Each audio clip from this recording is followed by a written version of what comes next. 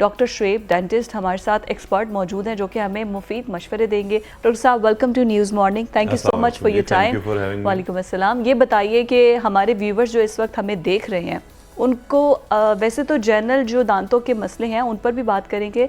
आजकल एस्थेटिक में बड़े लेटेस्ट ट्रेंड आ चुके हैं, जैसे मैं हॉलीवुड स्माइल की बात कर रही थी, और वाइटनिंग, टीथ वाइटनिंग इतनी ज़्यादा लोग क्रेज़ है कि हमारे दांत जो है ना वो अब बिल्कुल सफ़ेद और चमकदार, स्पेशली जो चाय के कॉफ़ी के स्टेन्स होते हैं वो इतने पुराने होते हैं, और लड़के जो सिगरेट्स पीते हैं, सिगरेट्स की वजह से भी दांत जो है वो येलो हो जाते हैं। तो येलोश टोन को वाइट टोन में बदलने के लिए क्या क्या प्रोसीजर्स हैं? देखिए जी, आजकल कॉस्मेटिक डेंटिस्ट्री काफ़ी ट्रेंडिंग है और उसमें नए नए ट्रेंड्स आ रहे हैं, दिन ब दिन इसमें नई एडवांसेस आ रही हैं।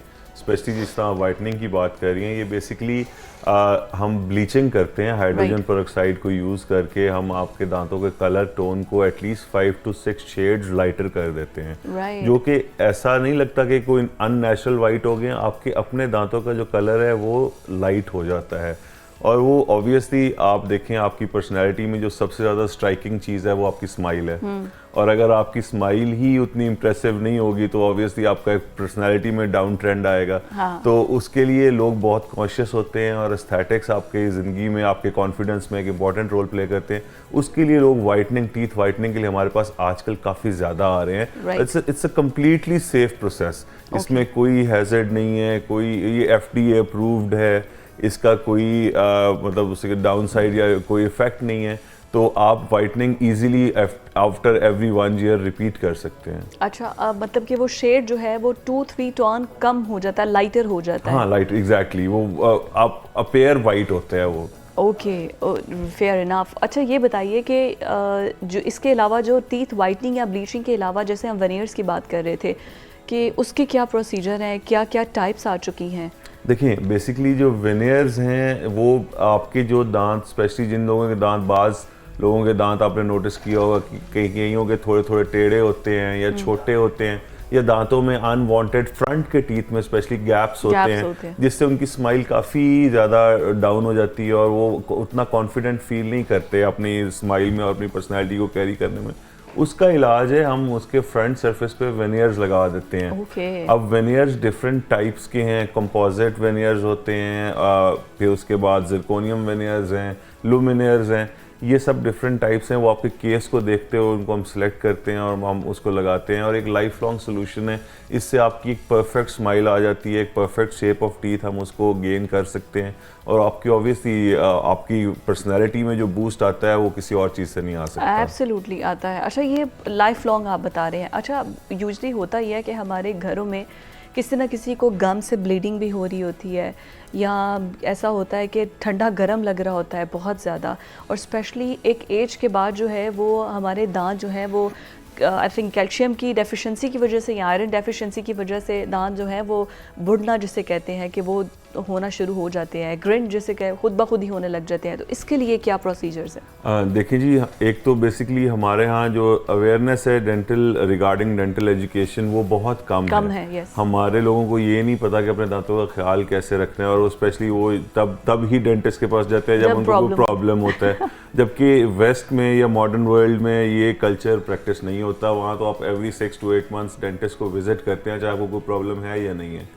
तो जो दांतों के ख्याल कर रखने का सही तरीका है जिसको हम रिकमेंड करते हैं वो ये है कि आप दिन में 2 दफ़ा ब्रश करें, सुबह नाश्ते के बाद और रात सोने से पहले, और अपने डेंटिस्ट को एवरी 6 month विजिट करें और अपनी स्केलिंग करवाएं लाजमी।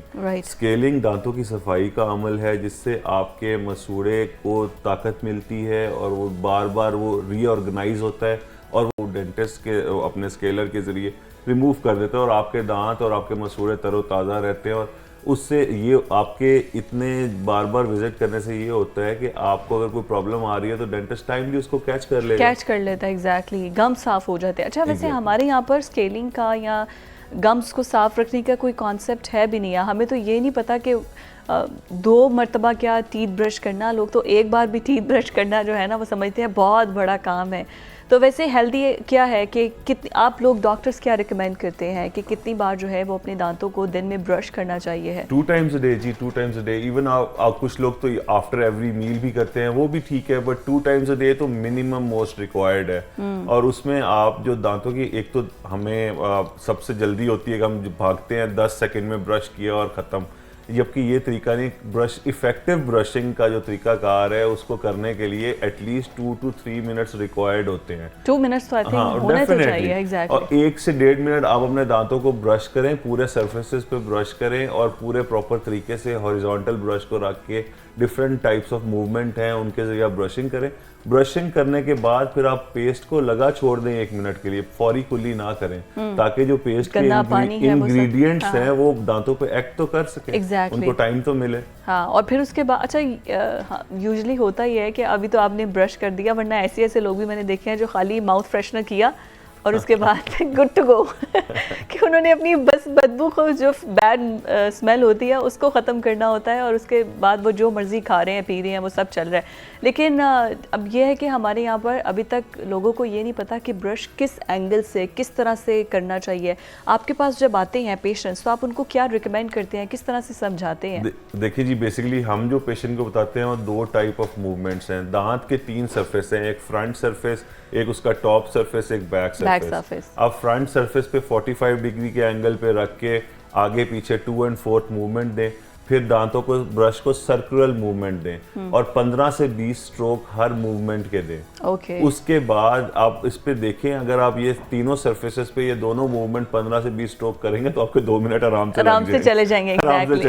और उसके बाद फिर आप वेट करें 1 से 1.5 मिनट ब्रश को। अच्छा, टंग क्लीनर भी एक बहुत बड़ी बात है। एग्जैक्टली, लोग टंग क्लीन करते ही नहीं है। आप देखें, आपका जो नॉर्मल मार्केट में अवेलेबल ब्रशेस है ना, उनके सरफेस बैक साइड के ऊपर वो उन्होंने एनग्रेवमेंट्स बनाई होती हैं जैसे टंग क्लीन करते हैं, लेकिन हमें वो पता ही नहीं होगा, हम कहते हैं डिजाइन बना हुआ है। वो बेसिकली वो ज़बान को साफ करने के लिए है। हाँ। तो वो लाजमी साफ किया करें। बिल्कुल ठीक है। अच्छा, इलेक्ट्रिक ब्रश का एक बड़ा ट्रेंड आ चुका है, लोग इलेक्ट्रिक ब्रशिंग करते हैं, वो जो हाथों को भी ऐसे ऐसे करना है ना, उससे भी थक गया। Electric brush is a safe thing? देखें, रिसेंट रिसर्च जो कहती है ना जी, जो रिसेंट स्टडी आई हैं, जो सर्वेज हुए हैं, जो रिसेंट आपके FDA ने नए स्टैंडर्ड्स निकाले हैं, उसमें electric brushing is far better than manual brushing. Oh हाँ जी, जो इलेक्ट्रिक ब्रश, अब इलेक्ट्रिक में भी 2 टाइप आ रही हैं। एक होता है जो सिंपल वाइब्रेट करता है, उसका कोई फ़ायदा नहीं है।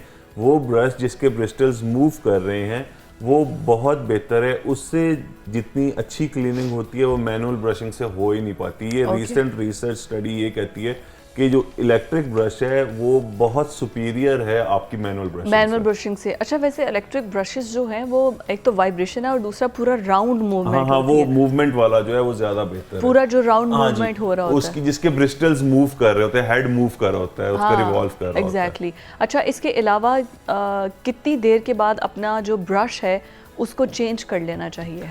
देखिए जी, लोग तो हमारे यहाँ साल चलाते हैं ब्रश को, जबकि ऐसा नहीं करना चाहिए। इसका कोई स्पेसिफिक टाइम पीरियड नहीं है। हाँ। आप देखें, आपके ब्रश के जब ब्रिस्टल्स, मतलब उसके जो ऊपर वो लगा होता है फ्लफ, वो अगर जब वो मूव हो गया या टेढ़ा हो गया तो तब आप अपना ब्रश चेंज कर लें। अच्छा, इसके अलावा जो प्रोसीजर्स हैं, जैसे अब रूट कैनाल की तरफ आते हैं, जिनको ज़्यादा मसला है, ज़्यादा मोस्टली ख़वातीन को ज़्यादा मसला होता है, तो अपने दांतों को बेहतर बनाने के लिए या दांतों की बोन जो हड्डी होती है उसको अच्छा रखने के लिए क्या रिकमेंड्स करते हैं कि डाइट कैसी होनी चाहिए है, डाइट के अंदर क्या पोर्शंस ऐसे होने चाहिए? हमें तो इतना पता है बस दूध पियो तो दांत आपके सारी ज़िंदगी नहीं खाओगे। और मसवाक के हवाले से मैं चाहूँगी कि हमारे जो लेटेस्ट जो आप जैसे पढ़े लिखे डेंटिस्ट हैं, वो मसवाक का जो एक प्रोसीजर है, क्या उसको एक्सेप्ट करते हैं? Is it good? देखिए जी, अगर तो रिलीजियस पॉइंट ऑफ व्यू से देखा जाए तो हर मुसलमान का ईमान है कि सुन्नत नबवी जो है वो सबसे बेहतर है। बेशक। और आज से 1400 साल पहले भी आप देखें, जब इतनी ना कोई साइंस थी, ना कोई इतना हेल्थ के इतना कोई पॉइंट ऑफ व्यू था, तो नबी पाक सल्लल्लाहु अलैहि वसल्लम को ये पता था कि आप अपने दांत साफ रखें, क्योंकि ये जिस्म का एक इंतहाई इंपॉर्टेंट हिस्सा है। उनके मिसवाक का बताने का मकसद ये था कि आप अपने दांतों को साफ किया करें। अगर आप साफ नहीं, यही चीजें हम एम्फसाइज करें। अब वो मॉडर्नाइज हो चुका है, हम ब्रशेज और टूथ पेस्ट लेके आ गए। सुन्नत के तौर पे मिसवाक लाजमी करें, क्योंकि वो मेरे रसूल ने किया तो आपको भी करना चाहिए। लेकिन उसके साथ साथ ब्रशिंग लाजमी करें, Okay. क्योंकि नबी पाक सल्लल्लाहु अलैहि वसल्लम का भी मकसद यही था कि आप अपने दांतों की सफाई रखें। हाँ, तो मतलब ये मसवाक भी कर सकते हैं आप, जी, और उसके definitely. अलावा तो इस जो वैसे डाइट के लिहाज से आप अपने पेशेंट्स को क्या रिकमेंड करते जी हैं? देखें, सबसे पहले हमारे यहाँ तो ये कॉन्सेप्ट है दूध पीने वाला जी, कि दूध रात को पीना ज़रूरी है। हाँ। रात को पी के सो जाना। देखिए जी, आप रात को दूध पी के बगैर ब्रश के सो जाएंगे तो वो दूध तो नुकसानदेह है ना जी। उसमें स्पेशली जो हमारे यहाँ जो ट्रेंड्स हैं, हमारा शुगर इनटेक बहुत ज़्यादा है। जनरली हम वेस्टर्न कंट्रीज से खुद को कंपेयर करें तो हम मीठे को कोई सेहत समझ के इस्तेमाल करते हैं, जबकि ऐसा बिल्कुल भी नहीं है। हाँ। और वो जो मीठा है या कोई भी कार्बोहाइड्रेट की जो हम प्रोसेस्ड फॉर्म हम अगर ले रहे हैं तो आपके दांतों के लिए इंतहाई नुकसानदेह है। बिल्कुल ठीक तो है। आपको चाहिए आप नेचुरल डाइट की तरफ जाएं और स्पेशली दांतों की सफाई जरूर रखें। अच्छा, दूध पीने वाली बात आपने बताई कि हम समझते हैं कि कौमी फरीज़ा है रात को दूध पिए और आपके दांत अच्छे रहेंगे, मतलब इज इट सेफ, या सुबह उठ के जो आप दूध ले रहे हैं वो दूध जरूर पिए, लेकिन पी के साफ करके दांत सोए ना, वैसे ना सोए। मतलब उसके साथ कंडीशन ये है कि उसको साफ कर दें। साफ लाजमी करें दांतों को ये। और उसके बाद दूध अगर आप चीनी मिला के पियेंगे तो फिर वो सारी अफादियत ही खत्म हो जाती है। अब तो सर्दियां आ गई हैं, शहद इतना अच्छा है। हाँ, शहद exactly. वही ना, आप अपने जो ऑर्गेनिक और नेचुरल प्रोडक्ट्स से अपनी डाइट को रिप्लेस करें, प्रोसेस्ड फूड से दूर रहें। प्रोसेस्ड फूड से दूर रहें। अच्छा, वैसे डाइट में क्या पोर्शंस है जो कि आई स्टिल रिमेंबर कि आई विजिटेड अ डेंटिस्ट, तो ही टोल्ड मी कि फ्रेश जूस आप मत लें, आप फ्रूट्स को काट के चबा के खाएं ताकि उसके पूरे न्यूट्रिएंट्स आपके दांतों को, आपके गम्स को मिले। जूस आपने पी लिया वो तो सीधा आपके स्टमक में चला गया। तो दांतों के लिए बड़ा हेल्दी होता है कि उनको बाइट करके फ्रूट्स को, फूड को च्यू करके खाएं ताकि उसके पूरे न्यूट्रिशंस जो हैं वो आपके जो है गम्स हैं उनको भी मिले।